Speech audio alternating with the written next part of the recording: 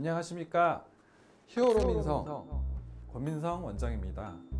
오늘 시간은 간헐적 단식에 대해서 설명을 좀 드리려고 합니다. 다이어트 방법이 여러 가지가 있겠지만 최근 들어서 방송에서도 그렇고 인터넷 상에서도 그렇고 트렌디한 방법이라고 한다 그러면 간헐적 단식을 빼놓을 수가 없는데 거기에 대해서 설명을 좀 드리려고 합니다.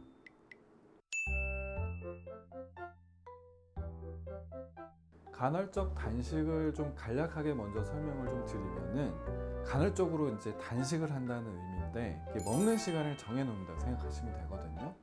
23대 1 방법이 있고 16대 8 방법이 있는데 먹는 시간을 1시간만 정해 놓고 나머지는 다 굶는다 생각하시면 되는 게 23대 1 간헐적 단식 방법이고, 쉽게 말해서 아침을 먹든지 점심을 먹든지 저녁을 먹든지 세 끼 중에서 한 끼만 먹고 나머지는 다 금식하는 방법이 23대 1 간헐적 단식 방법입니다.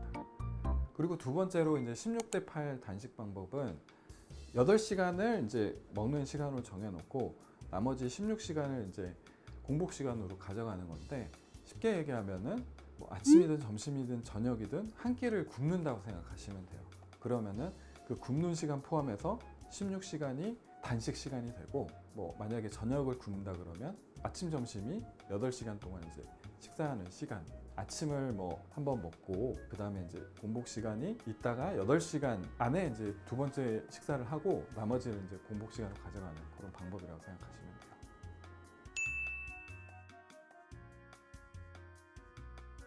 이 간헐적 단식의 의미를 좀 살펴보면은 일단 먹는 시간을 제한을 해놨기 때문에 결국 하루 중에 먹는 열량이 좀 제한이 된다고 볼 수 있거든요. 어차피 다이어트라는 게 칼로리가 좀 제한이 되고 먹는 걸 좀 가려서 먹는 게 다이어트잖아요.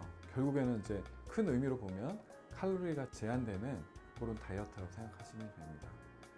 보통 현대사회에서 일반인들이 아침을 거의 안 먹는 경우가 많잖아요. 그래서 보통 한 12시에 밥을 먹으면 8시에 저녁을 먹게 되는데, 좀 다른 거는 보통 8시에 회식을 하면서 술도 먹고 1차, 2차, 3차 이렇게 해서 공복 시간이 짧아지고 먹는 시간이 좀 길어지는 게 현대인의 식습관인데, 이거랑은 좀 다르게 저녁 먹고 끝, 이게 간헐적 단식이라고 생각하시면 됩니다.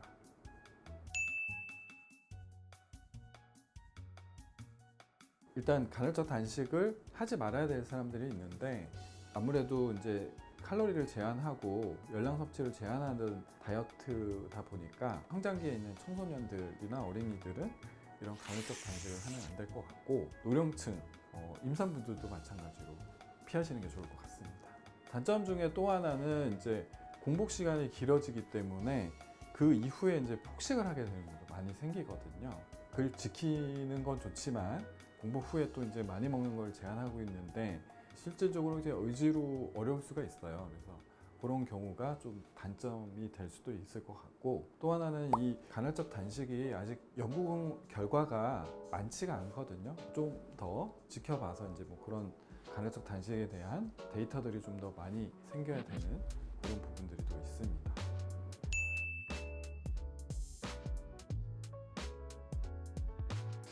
그 간헐적 단식에 대해서 궁금증들이 많으실 텐데, 제일 이렇게 많은 질문들 중에 하나가 그럼 공복에는 도대체 뭘 먹어야 되냐, 아무것도 먹으면 안 되냐, 이런 질문들이 많이 있었어요. 그래서 답을 드리자면 물은 괜찮고요. 그 다음에 차 종류나 커피 정도는 괜찮거든요. 그래서 그런 거 정도 드신다고 생각하시고, 이게 칼로리를 제한하는 다이어트이다 보니까 근손실이 오기가 쉽거든요. 그래서 꼭 운동을 같이 병행해 주시는 게 건강에도 도움이 되고 단식을 유지하는 데 어떤 도움이 될 수 있다고 생각이 듭니다. 네, 오늘 시간에는 간헐적 단식에 대해서 알아봤는데요. 수많은 다이어트들이 있지만 모든 다이어트를 다 할 수는 없고, 시간에 쫓기기도 하고 상황에 따라서 다이어트를 이렇게 해야 되는 저렇게 하는 되게 갈팡질팡 많이 하시는데, 이 간헐적 단식이 어쨌든 우리 생활 속에서 따라 할 수 있고 적용할 수 있는 다이어트라고 할 수 있거든요. 설명드린 대로 실천을 해서 간헐적 단식으로 좀 건강한 다이어트를 하셨으면 좋겠습니다. 감사합니다.